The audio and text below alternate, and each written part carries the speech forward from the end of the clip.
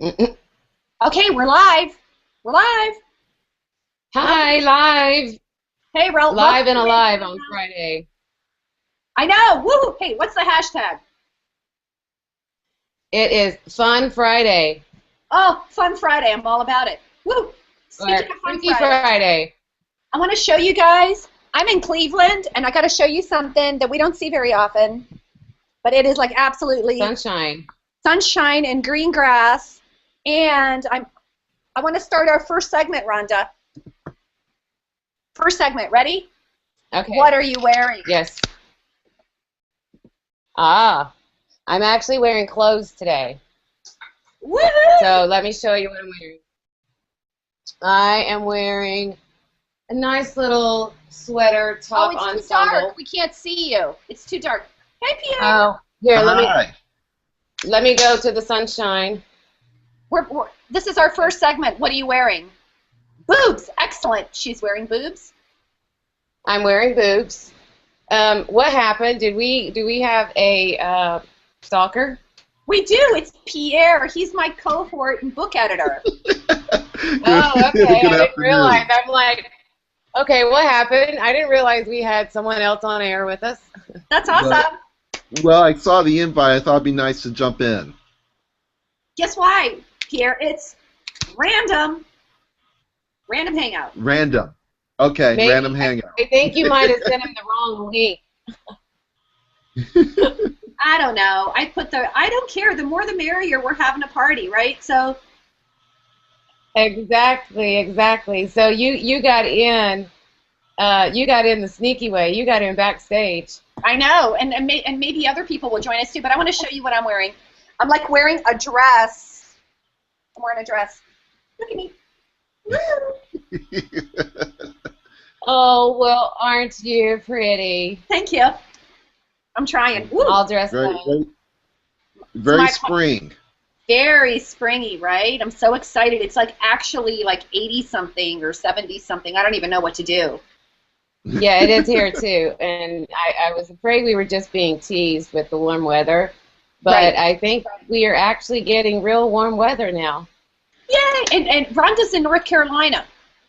Oh, okay. Yes. Excellent, excellent. I'm broadcasting from Columbia, Maryland, just between Baltimore and D.C. Yeah, Awesome. yeah, great. Awesome. Awesome. I'm in So sunny I Cleveland. wanted, What? You wanted?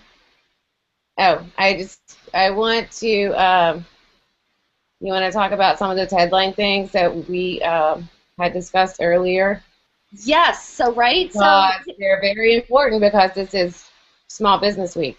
it's right. It's National Small Business Week, Pierre. You knew that, right? Yes, I did. Yes.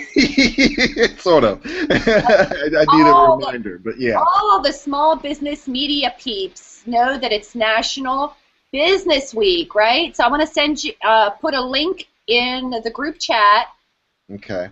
right? And it's going to send you to the Small Business Week website. So you Okay. can see that companies like, I know Manta is sponsoring Small Business Week, and they've got some awesome webinars going on. I know that there are Twitter headquarters, like there's actually events in real life locations, and then there's some virtual events going on too, as well as lots and lots of like contests and giveaways. So it's pretty cool. Okay.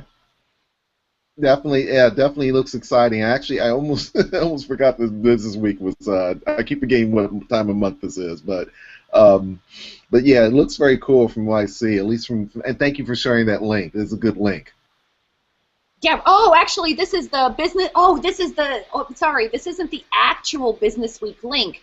This is the Facebook joins National Marketing to Business Week. So this is the fun thing we want to talk about, right? Okay. Because what's really cool is that on the one hand, it's National Small Business Week, and folks are coming up, like the big brands, right, are all about like, oh, doing things for small business, right? Mm-hmm. And what I love about this particular article talks about it's the marketing to small business week. Yeah, that's more what it's about. Yeah, and at the same time, you have for small business owners. I think one challenge is that they tend to they're very aspirational. I think I remember an article from I think it was an Enterprise magazine. I can't remember the author, so forgive me a little bit. The idea that he felt that the term small business was maybe too small for small businesses. The idea that if I introduce myself, if I introduce myself as a small business consultant, which is what his argument is.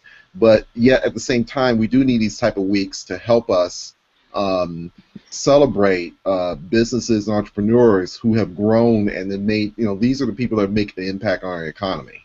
So Exactly. So here is the real link so you can get the details. Oh, I wish it would separate itself, but right where it says SBA.gov and SBW, yep, I'm clicking on it right now. and that's going Okay. to tell you what all the events are. In fact, let me show it to you guys. I'm going to share my screen and do some like really fancy stuff. Yeah, Facebook has an event going on, and I don't, unless you're actually in the towns that they're going to, I don't really see the benefit in it. You're going to get, like, you pay $25 to go, and then you get $50 in Facebook advertising. That's not enough for me to want to go to their event. Hey, give me something better, Facebook. Come on. Oh, I am with you. And just to be clear, so in my research, I noticed that Pitney Bowes has some type of a giveaway going on, and you have to actually get one of their little meters, and I don't know what, and I laughed out loud, right, because you have to get the meter in order to be automatically registered, and I was reading the rules, and of course it says no purchase is necessary. Well, I'm like, well, if you want to be automatically enter purchase is necessary, people, right? Exactly. You got to get the meter. Right, or you can send them snail mail. These are your other choices. Yeah. Who does that? I don't know who does that, but this is, right. So this is the website, and you can see that there's events in San Francisco, Kansas City, Boston, and Pierre, you should go. Yes, actually, I definitely, I did see Washington D.C. in there, so I definitely would love to check some things out in the area Right. for that. And the other thing that I think is really fun is that, how do I make it undo that? Oh, excellent, that was easy. So the other thing that I really like Easy is button. Hashtag easy button. easy button. Oh, right? So that brings us to our next topic. Talk about easy button. Staples. Easy Man. button. Have you heard the Staples story that hit the news yesterday? Yeah, No, I I was haven't. What was reading the that. Staples story? Oh my God, Pierre. Catch Right? him up. So I'm cruising Twitter, just looking for actually looking for events, right? So I look at Staples. Here's another link to the story. I look up Staples, and I look at their Twitter feed, and I'm like, oh, how fun. Yeah, they're pitching a lot of product, but it's kind of like a fun Twitter feed. I thought they had a lot of creative tweets in there. So I put a tweet out, something like, hey, at Staples, love your Twitter feed, blah, blah, blah, right? Just trying to be nice, send some love.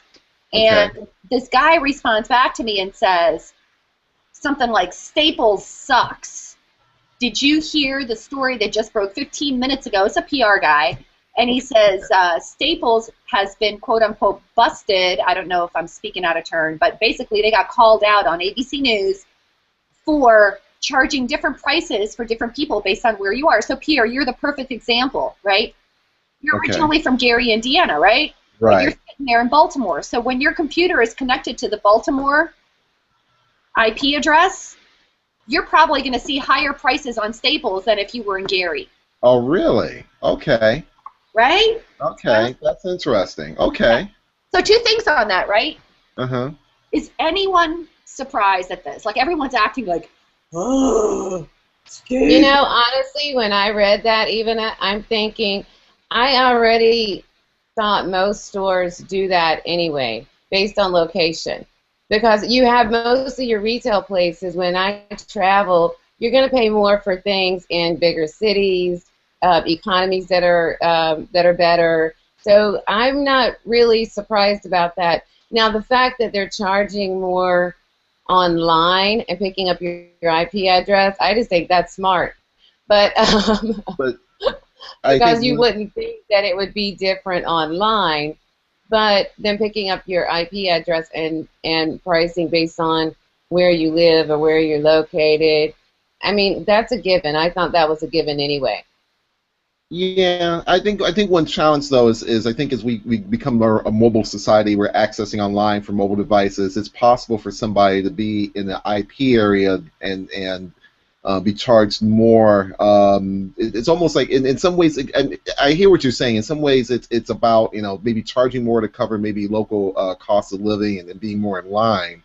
But Right. in some ways, it can almost redline some customers in some areas. This isn't the first time I've heard of this. If I remember correctly, there was an article on it was a grocery store. I think it was. I'm tempted to say Safeway, but that's not correct. But I think there was a grocery store that had problems with this in terms of coupons, in terms of discounts, where they were not offering it in some areas or some localities. I just remember it's a chain, but I can't remember exactly where. I'm almost tempted to say West Coast.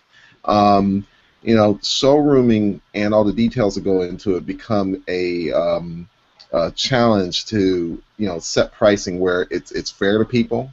And I'll say Right. the other issue is that I think one thing is that companies are still struggling and trying to keep an eye on what prices are they should be offering online if they even match up to what's in the store.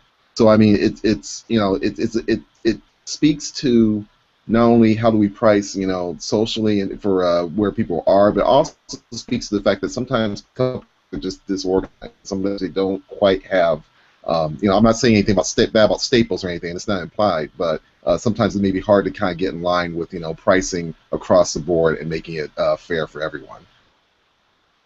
Well, awesome. And I also think it brings to light a strategy that a lot of small business owners can actually use themselves. It's a little sticky, but the whole idea of segment-based pricing comes up, right, Rhonda? Right, exactly. I mean, I don't see a problem with it. When you are operating in different states, then you're going to have different costs for different states anyway. So I don't see a problem with it. And it may be something that us online entrepreneurs can learn from too. So, yeah, I'm okay with it. I don't think it's that big of a deal. I just think people want to jump on the bandwagon and beat the big store down anyway. So. I know. I I feel don't care. bad for I them. live in North Carolina. My prices are probably in the lower end anyway, so that's why I'm not complaining. I hear you, Rhonda. Awesome. Okay, so we have one more. Well, I have a product review, and maybe we can have, I don't know if we should have this conversation before we do our crank call. I think let's crank call someone because I'd like to get some opinions on that. I agree. I think we've started some cool conversations. We got Pierre, our random guest, but we also, Pierre, like to crank call people from our list. Pierre crank called us. We got like crank calls today by Pierre. Turnabout That spare was like play. totally random, completely random. I had no idea you were showing up, and then you just crank called right in on us. So you got us at our own game, but now it's time for us to crank call someone else. Continue the Good job, cranking Pierre. love. Getting us at our own game. I know you did. It's awesome. So I'm going to crank call Amy Nowakowski. Uh-oh.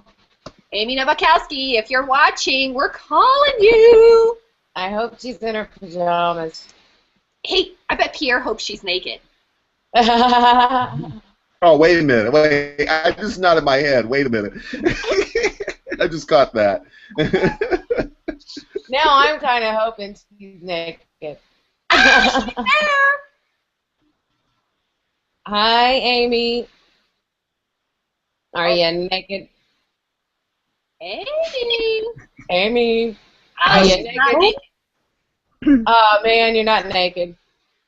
No, I'm not naked, but I'm freaked out because whenever I get a Google Hangout request, it goes to my phone and my computer. So it's like, which do I pick Which up? way do I go? Which way do I go? Which one did you pick? The computer. Excellent. Hey, Amy. Excellent choice. Is that what this is? Yeah, you're on. Hey, Amy, you're on Random Hangouts. And guess what? Pierre crank hangout us. We had no idea he was coming in to like the behind the scenes. So he cranked us, and now we're cranking you. So you have to do the first segment. You have to do the first segment of our show, Amy. Are you ready? What do I have to do? What are you wearing, Amy? I am wearing a fabulous black T-shirt. It's my entrepreneur T-shirt that has a manifesto on the back. That's all about taking risks, living life differently, being bold and brave. So I'm in entrepreneur mode. Awesome. So how's the I world love of it. social I want that shirt. What? Who? How's the world of social media today? And I want to know, we're asking you the question, have you heard about Staples? I have heard about Staples. We want your social media opinion on what the heck is going on. Have you checked out their Twitter feed? What's going on with Staples? What do you think? You know, I haven't looked at their Twitter feed yet. I just saw the article. I don't know how I feel about that. It's brilliant on the one hand, right? It's just Exactly. it's brilliant. And this comes piggybacked right behind Amazon Cart, right? Where have you guys heard about Amazon Cart yet? No. Yes. Oh my gosh. So if you see a product link for an Amazon product, hit reply, put the hashtag in there, Amazon Cart, it puts it automatically into your Amazon shopping cart. Oh, really? Cool. Yes. How awesome is that, right? So that has some, we can talk about that in a second, but this whole Staples thing with them adjusting the price based on where you are and who you Regional are. pricing. What was that? Regional pricing is what I would call it. I'm not necessarily have an objection towards that. What I have an objection towards is that it's outside their brand message. Say more. Yeah, Staples brand message is you get the lowest price, right? You can show us what's part of their brand message. If you can show us on paper that someplace else has a lower price, when you walk in the store, you get the lower price. But I wonder if they're, if I don't know about their agreement or whatever, but I wonder if their fine print is a lower price within a certain mile range or whatever. Because I mean, like if you're in New York City and say something is priced at a certain price in the store, well then you might could look at a state like Kentucky or even North Carolina, and it's probably going to be cheaper anyway. So I wonder what their fine print is. I don't expect you to know that, but I'm wondering what is their fine print on that price matching thing. I never thought about that. Yeah, I don't know either. But when you adjust the price like that, it immediately makes that message null and void, right? I don't so going on exactly what Rhonda said. If I live in New York, right, I know I'm going to pay a higher price than someone maybe in Savannah, Georgia. Right. Doesn't it make sense that that's the same experience online then? Like in a way. Right. That's my opinion on it. Yes. Right, but having them, but for Staples specifically, it just kind of violates their message. And when a company starts violating their brand message, the first thing that happens is you have trust breakdown, right? We know that we only buy from people we know, like, and trust. So if you start breaking that, then what happens? Yeah, that's a very valid point. I see that definitely. So it's interesting. It'll be. And I'm wondering. I'm kind of curious now. I'm going to look up what their price matching thing is, because if I can find if I can go to another state to get it cheaper, then hey, you got to price match that. But I'm wondering, they've probably got some fine print. It's got to be within a certain mileage or something. But I'm kind of curious about that valid point. It does kind of go against what their branding message is. Well, right. It seems to me like somebody's hijacked poor Staples, right? Because it's National Small Business Week, Amy. Is it? Yay. It is. Business. Yay, so all the big brands, so this is the other fun thing we were talking about. In the chat, I don't know if you got it, but there's actually an article about Facebook joining the marketing to Small Business Week, and they've expanded it, right? So instead of us, the whole storyline. Okay. What? Right. So I saw this message days ago. Facebook Fit, right? It's these boot camp style workshops they're doing across the country. I bought a ticket, right, just because I want to see what they do. Here now for the conspiracy theorists among you, you might want to sit down for this conversation. Here's my personal take on it. The second Facebook went IPO, they had an initial public offering and became a public company. Everything in their company shift from the user experience to profit generation, right? Right. And the only area that they can grow further in profits is small business. Like, look how the whole ad process has developed on Facebook. It is so easy and so tempting to hit that boost post thing and spend $5 at a pop. Now, exactly. How many small businesses are there in the country? How many small businesses are on Facebook? 28 million. Yeah, so think $5 from 28 million different companies. Right. That's a huge area. Facebook advertising is incredibly addictive, right? It's like crack. You push one button and all of a sudden you're promoting something for $5, right? And you see like this growth in your numbers and you're like, yay!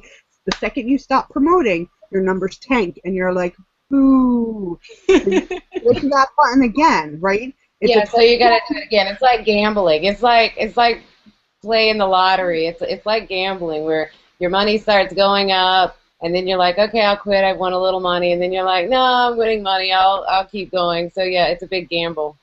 Totally. It's a fun game to play. You're playing the Facebook ad game. Right. It's just another Facebook game. Right? Facebook advertising can be incredibly effective, and how they have it set up with the promote the page and boost post is not the most effective method. It actually will create, if you like become dependent on those two modes of Facebook advertising, it actually can hurt your standing inside Facebook. And there's a whole big long thing why, right? But for Facebook to grow and start and turn out bigger and bigger profits, they have to tap into the small business market. So because large corporations are only going to spend so much money, you can only get so much money out of them, right? So they have to develop a whole new area. The next place that they're going to go is personal advertising, so that I can advertise like my wedding photos and make sure everybody in the world gets to see them. That's the next place they'll go once they've tapped the small business market. So I want to jump in here and bring Pierre into the conversation, because what you guys may not know is that Pierre is the Google Analytics master. So I'm really curious to hear, Pierre, what you have to say about advertising, Facebook advertising, maybe even Google advertising, right? Like, what do you have to say about this? Well, I think one of the challenges for Facebook, and it's interesting that what Amy brought up, the idea. I like her idea that she brought up that they are going to they need to focus with small business. They're at a point where they can no longer rely on additional people on Earth coming on Facebook, because they pretty much got everybody on Earth just about for all intents and purposes. So this is about refinement and trying to refine how do they make profit from the audience and the eyeballs that they have.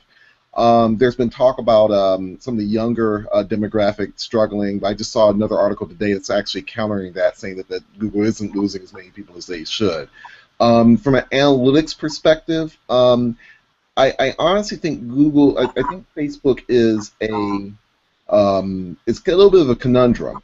On the one level, I don't think every small business is going to benefit from Facebook. I tend to always have a struggle from my end of it, because most of the clients I have some small businesses that use Facebook, and I have to pay attention to things like Facebook Insights, how people are engaging, and that kind of infuses a little bit of how I do analysis for small businesses.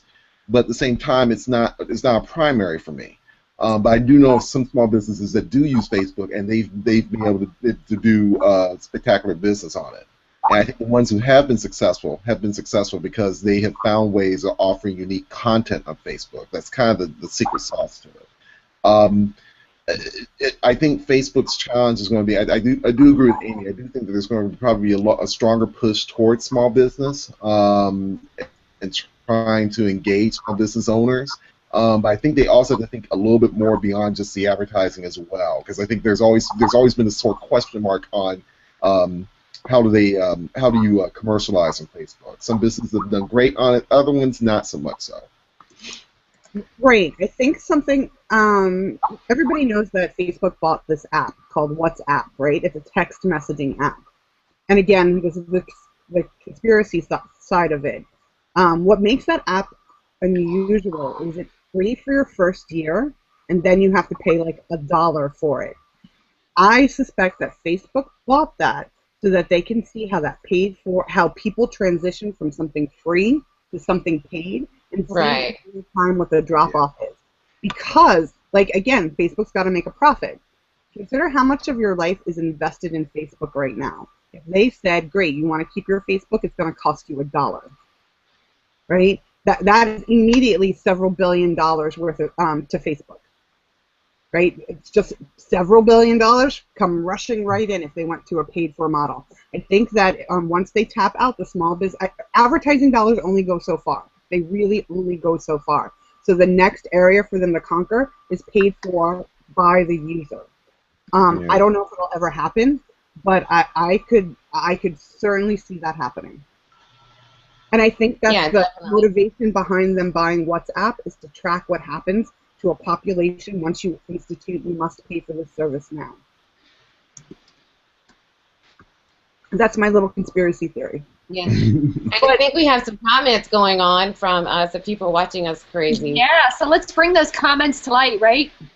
First of all, I have to say I'm sorry to James Worth, who was our random crank call last week, and he was holding tight, wishing that it was him, but sorry, James. You were on last week, right? Okay, so anyway, but James has some awesome comments. The first one he said is that Best Buy is sometimes more expensive than other locations, especially than what I can find on Amazon, but they have a great price matching program. Essentially show them the ad and they'll match the price, no questions asked. So I don't know what that says for your, what do you call it, geography thing, right? Yeah, the regional pricing, right. Right, and so now he also has to be Mr. Smarty Pants, James Werner. Brands typically reach 8% or less of their own followers unless they put out some awesome content and it goes viral. Edge Rank is clearly dialed in to promote advertising. I got an idea. James wants to play. We've already been cranked by Pierre. The more the merrier. We might as well bring him in. Should we bring James? Yeah, let's bring James. Let's bring him in. James. He's got some good ideas. Hang on to your seat, James. I'm calling you. So can I talk while you're calling? Yeah, please do. Please do, Amy. So this whole thing about EdgeRank and 8% of your audience seeing a post, while that is not untrue,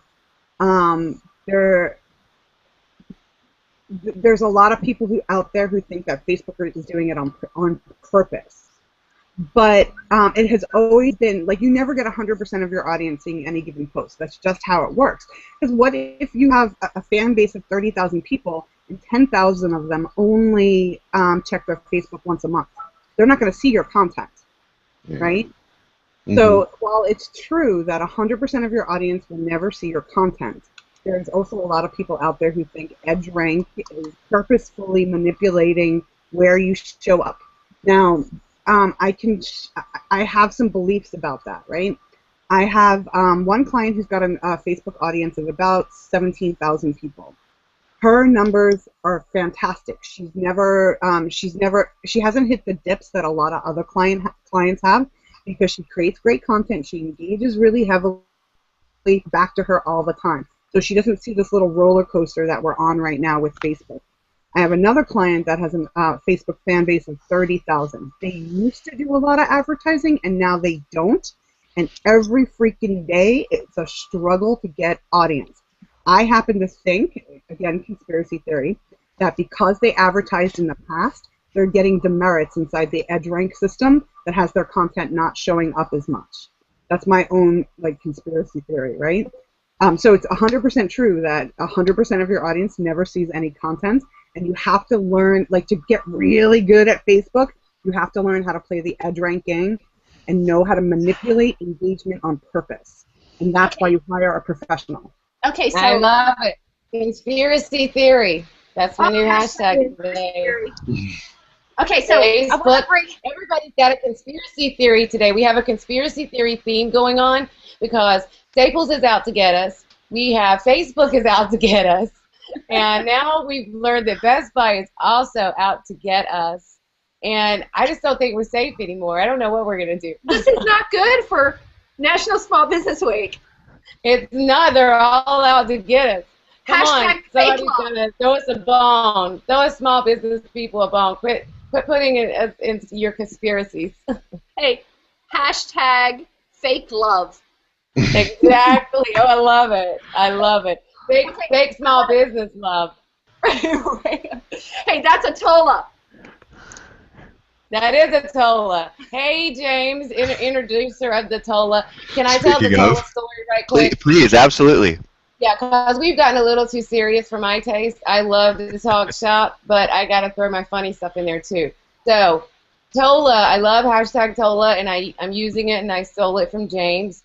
But I had sent James a message because he was trying to give us some really great tips on our Hangout after our first one. And so I have a hashtag that some of you guys know if you joined us last time that is even I would buy that. So James was like, well, you need to make sure it doesn't have the apostrophe in it. I'm like, well, I don't think I put an apostrophe. So I'm looking to make sure, no, there's no apostrophe. So he's like, yeah, okay, well, you may have a Tola issue. And I'm like, oh, my gosh, a Tola issue? What the crap is that? And I'm having lunch with my husband. I'm like, okay, this guy James is telling me I might have a Tola issue. And he's like, what's that? And I'm like, I don't know, but I need to find out because I don't want a Tola issue. I'm like, maybe it's some kind of new thing that I haven't heard of, and it's like, you know, I'm going to get like Facebook slapped or hashtag slapped or something over this Tola issue. So, and he makes me wait a little while before he responds to me. Of course, I'm like, okay, what's the Tola issue? So then I get a message back, and I tell you what, I almost spit my burrito out. We were having that. The message back said, that's one long-ass hashtag. That's what TOLA stands for. TOLAH. That's one long-ass hashtag. So I stole it. So anytime I do a long hashtag, I always hashtag TOLA behind it. Exactly. It's absolutely brilliant. But hey, I want to. Oh, are we being too serious? I want to get an explanation for those people watching who are like me in the gifted class. Who's going to say more about what you call it, edge rank? James, you brought it up. Why don't you fill us in on what the deal is with edge rank? Yeah. Well, Amy had a lot of great points about EdgeRank. So you know, some of them I thought I was right on with her, or totally on the same page.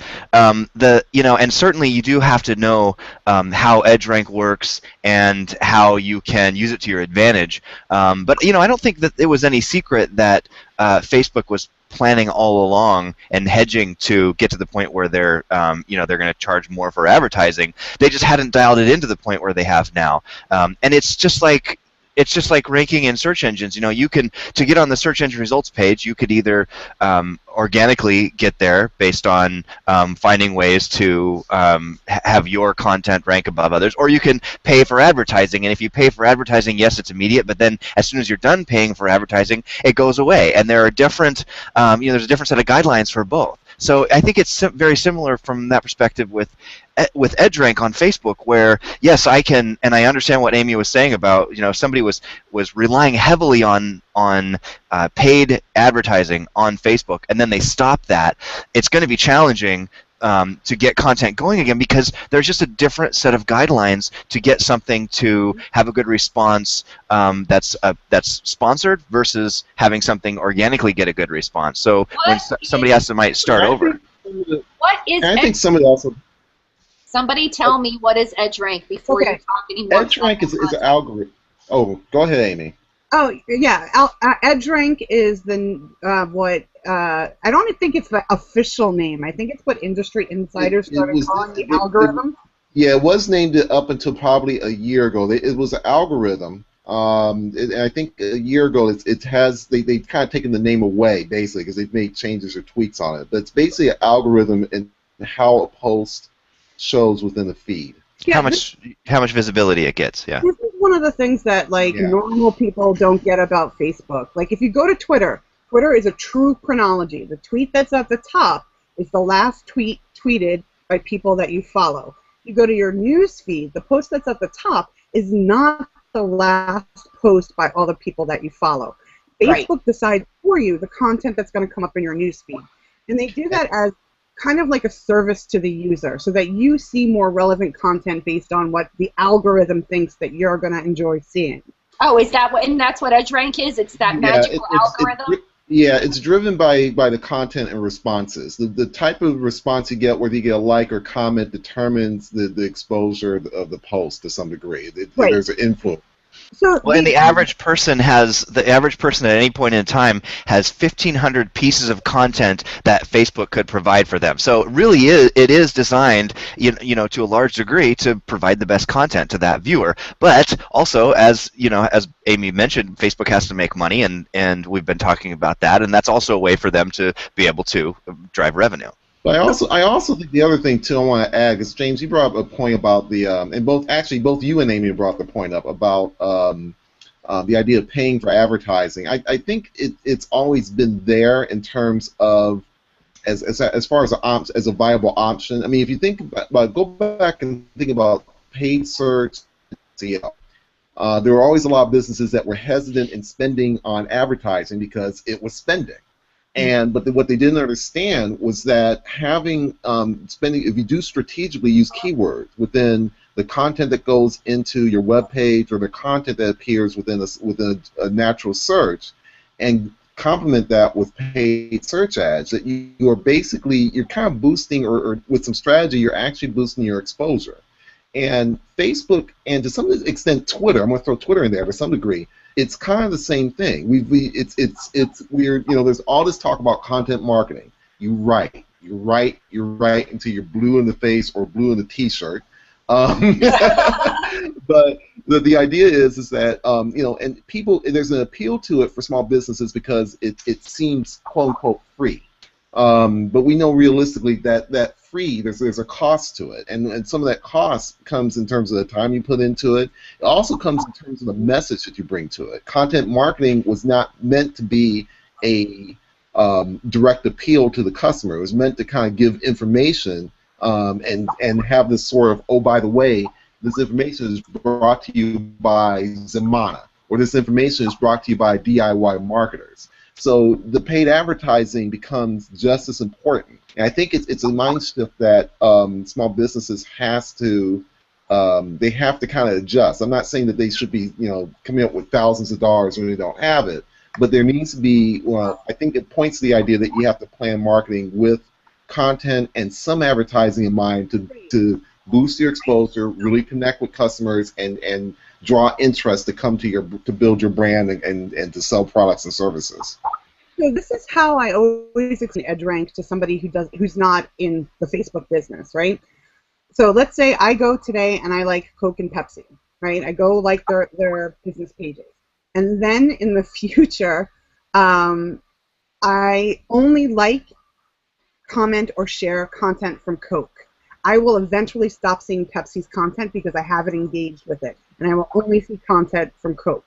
So Coke will appear in my timeline because I like that content, and it won't and Pepsi won't appear because I haven't interacted with that content. Right? That's just how EdgeRank works. Now, to get to your point about advertising, what worries me about EdgeRank and them manipulating the content that shows up in a user's newsfeed is that it will rapidly get very expensive for small business. If you're Coca-Cola, you can throw $40 million at Facebook, and that's great. If you are the soda shop on the corner, you can't, right? You just can't advertise on that level. So if you're so some advertising is great. All advertising is not great. So I agree. I think you need to be. Yeah, it's a blend. You guys. Yes. Missing out on the party. Too serious again? Yes. And you need to put like a funny Google thing on your face.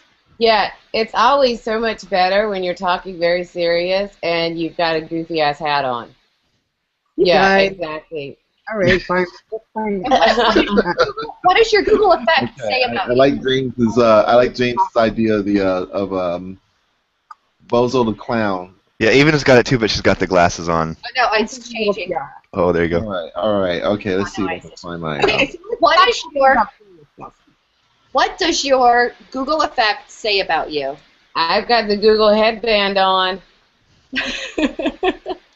Let's talk Google. I like the Google. It was either this, we were either going to put on hats, or even sent me a Skype message to show my boobs. So I opted for the hats. And you guys just Well, think you're lucky sex star. sells, so considering that we're doing, Me, I don't know if it's going to put a hat. considering that we're doing a That's training interesting. program called 50 Shades of Oh, there Marketing, we go. Yes. showing your boobs might actually be very appropriate. Oh, yeah, that's right. That might be a good Okay, so- segue into the 50 Shades of Marketing. And sex does sell. Okay. Okay, so what do you want to say about 50 Shades?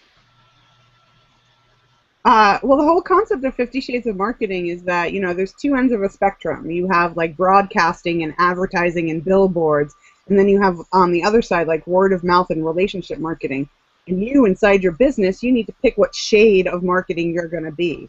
And not, broadcasting and billboards work for some people, and word of mouth works for other people. So you're looking at like Ford versus Avon, right? So you need to pick somewhere in the middle that That fits you. yeah, exactly. Exactly. So that's Yeah. how 50 Shades of Marketing And you can we're using a little sex appeal to do that. And so we all have that. We all have a way that we attract people to us in real life. And you can use those ways that people are attracted to you are the same ways that people are attracted to businesses. Right. And are attracted to who they buy from and all of that kind of stuff. So that's kind of what the 50 Shades of Marketing is all about. So we are going to be dominating that little series coming up. So we'll let you guys know here all of the little sneaky things that are coming up in the 50 Shades of Marketing. You're going to love it. When you look at it, marketing is a flirtation, right? It is. Or you could say like all dating is a marketing experience, right? It's the same side of the coin, right? Because the whole point behind of like when you start marketing to people, it is like going out on a first date. How do you entice Right, them? exactly. Hey, and Amy, you know what the first date is. When you show up on a first date with someone, you're not meeting that real person. You're meeting the representative. Right. So that's kind of why we came up with 50 Shades of Marketing. The first one we just recorded, which is Twitter Pickup Lines, and the next one we're doing is Flirting for Profit. So that's very exciting. Yes, that's using your flirting styles to woo in your customers. So like mine is damsel in distress, and Ivana likes to play mind games. And what is yours, Amy? Oh, I forgot. I'm kind of like the naughty librarian. That was Oh, okay. All right. James, I know you're married with like 15 kids, but when you had game, what was your flirting style? That's a good question. I'll have to think about that. I may have to. Okay. I may have to ask my wife to remind me. What your flirting style was. I bet you were sweet boy next door. That was your flirting style. That was probably me. Yeah, Guys you were don't need a flirting probably like, oh, I'm such a shy guy, and you'll have to kind of break my shell and all this, and then the girl got a challenge out of that, and so she was all over that. Challenge accepted. You may be right. Here, what's your Pierre, do you know what your flirting style is? Oh, that's a good question. I don't know if it's nice guy. It's more like reserved. You have to know my history my dark history. Are You you know, So you're mysterious. yeah, Okay, I so need you're like, someone hey, who I'm not understands going me. to give you a lot. Yeah, I'm like cool, mysterious, and if you really want to know what's going on, then you're just going to have to wait around and see kind of thing. Yeah, I'll take that. Okay, I like that. But didn't we All say right, I guys like that. don't really have flirting styles, right? Because like guys don't really have to flirt; they just get to, Oh, I right? disagree. They do have to No, flirt a I little think bit. guys have to flirt more than Yeah, girls have to flirt. We don't really have to flirt, just like we were saying. We can walk up to a guy and say, hey, you want to sleep with me? And the answer, 9 times out of 10, is probably going to be yeah. yeah, So but maybe that's that's all not the we guy have you to want. do, really. I don't know if that'd be the guy We you want just for long flirt for term. the fun of it. We flirt for the game of it. But I don't know if it's guys flirt. do have to flirt a little more, and they're not very good at it. They use pickup lines rather than flirting. And we would rather be flirted with, though. And so that's why we flirt, because you give out what you want to get back. So us as women, we flirt because we want to be flirted with. But the guys just want a pickup line like, do you want to sleep with me? That's good enough. That's all they need. That's a good analogy. I like the idea. The flirt connecting to you give out what you want to get back from the world. But I think the nice Right. thing about flirting is I think this ties to marketing is the idea that you are aware of how to engage each other. No matter what the style is. That's what marketing does. I mean, you have different brands for different tastes, but no matter what, that marketing is meant to make people aware of who you are. Same thing in flirting. You flirt, according to your personality, but ultimately, it's part of the game. Right. Part I of the had to sport. put on my little angel hat because that's my flirting style. I'm the little Southern Well, that was Belle of the actually that was Shore. actually really insightful, Rhonda. And Pierre, nice segue, bringing it back around to marketing to tie it together. That was great. So good insight into how we reflect or we project out what we would like to actually have back, and that's important and not to get too targeted here, but from a feedback perspective, that's really important too. Is what sort of information are we getting? What's being projected to us by our customers or potential customers, and are we listening to that? So. Great. Good conversation. That's a good thing. Yeah. What messages are they sending to us that they're wanting to get back from us? That's a very good point. Yeah, because everyone does it. It's just like we're going to have a series too that's based on the 5 love languages. I don't know if you guys have read the 5 love languages book or not, but that's the same thing. Usually you show love in whatever your love language is. I love the hat change. I'll scuba diving, and but you have to be speaking to the other people's love language in order for them to feel that love. So yeah, paying attention to what your customers are wanting from you is a great idea. Even get to figure Well, out your the and idea. and that helps to segue James into Question Pros. A great way to find that out. Exactly. Okay, now we got Amy. Oh, he's wearing a question. Now we got Amy. Amy, we're gonna have What's to your question, Amy? down. What So was my tell us, Amy. Well, I was just going to say the idea for flirting for profit came from watching people try to market in styles that don't work for them. If you're the shy, reserved type, doing videos and putting big "Eat at Joe's" signs above you isn't going to be comfortable for you. And if your marketing isn't comfortable for you and your brand, it's not going to be successful. So work with what works for you. Develop that as your marketing style. And then you'll make more profit. So Yeah, therefore, totally agree. And the one thing I want to add to that too is make sure that comes out. Whatever your personality is, just bring it out because we're all humans. We want to do business with other humans, whether it's B2B or B2C or whatever. It's really H to H, and that's the most important thing. So bring that out. exactly. Okay. Yeah, that's a great point. Just like the Twitter pickup lines that Amy and Evana just did, a lot of that was about being yourself online, and that's going to be available. The replay of that's going to be available, so there's a little plug for you. But a lot of that was about not being a robot online and being yourself, because people want to have conversations with other people. So, and I had that problem. And I wasn't sure how to put myself out there on social media because I was just I'm hiding behind this computer thing, and it's easier for me when I'm face to face with someone because I can kind of play on their personality. But when you have so many different personalities that you're putting stuff out to, then it's hard to play off that personality. So you can't really do that on social media. You just have to be yourself. Well, And you're out there whoever's now, gonna like baby. you's gonna like you. Who doesn't like you, they don't like you, and we move on, and it's okay. You're definitely out there now, so you fixed that. Okay. And I have no idea why anyone wouldn't like me because I am a sweet little girl. But anyway. All right, guys. Well, this has been fun. I feel like the click and clack, the Tappet brothers, we have frittered away 50 minutes. No way. Now, being random, right? And everyone's like, quit watching already, right? So it's time to say. We're entertaining ourselves. That's all that really matters That's to all me. that matters, Hey, right? James, I want to know what exactly did you see at the beginning of this thing? Because now I'm scared to watch. You're gonna have to go back and watch. Are you serious? What are you talking about? No, it was PG at worst, but you guys were just being funny. You guys were being funny. Oh, okay. Okay, good. It was Ooh, not bad. I'm I like- did say the word.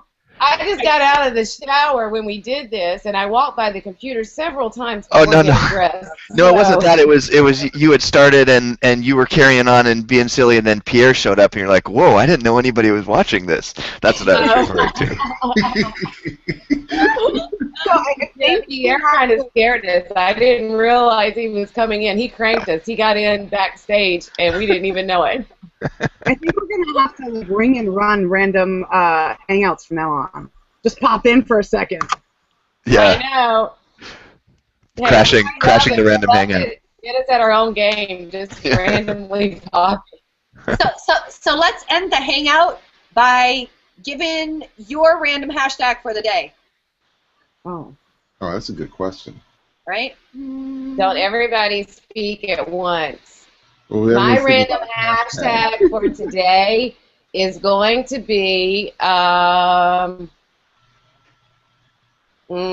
can't say that. I'm going to try to keep it PG-13. Let me see. It's Friday. It's going to be Freaky Friday. This is going to be Freaky Friday for me. Freaky Friday for you. I like it. Anybody have one? I've got one. Mine is hashtag find your authentic awesomenicity inside you. Hashtag Tola. Yeah. Hashtag Tola. That's what I was going to say. Love it. Hashtag I rock because Bizapalooza's coming. Hashtag Nice. rock your biz. Hashtag be amazing. Woo! Awesome. Love that. Amy. Oh, hashtag. Okay, so hashtag may the ironic hashtag never die. Oh, I have another one too. All weekend, it's going to be hashtag because it's Mother's Day weekend. So anything that I want or I want done, and my kids say why or why do I have to do this or why are you doing this, I'm going to say hashtag because it's Mother's Day weekend. I can do whatever I want. All right, hashtag folks. How about hashtag until the next hangout next week? Sounds great. Hashtag Calendar. Awesome. Hashtag Bye, mothers. guys. Have a See you guys. great weekend. Bye, Hug everybody. a mom.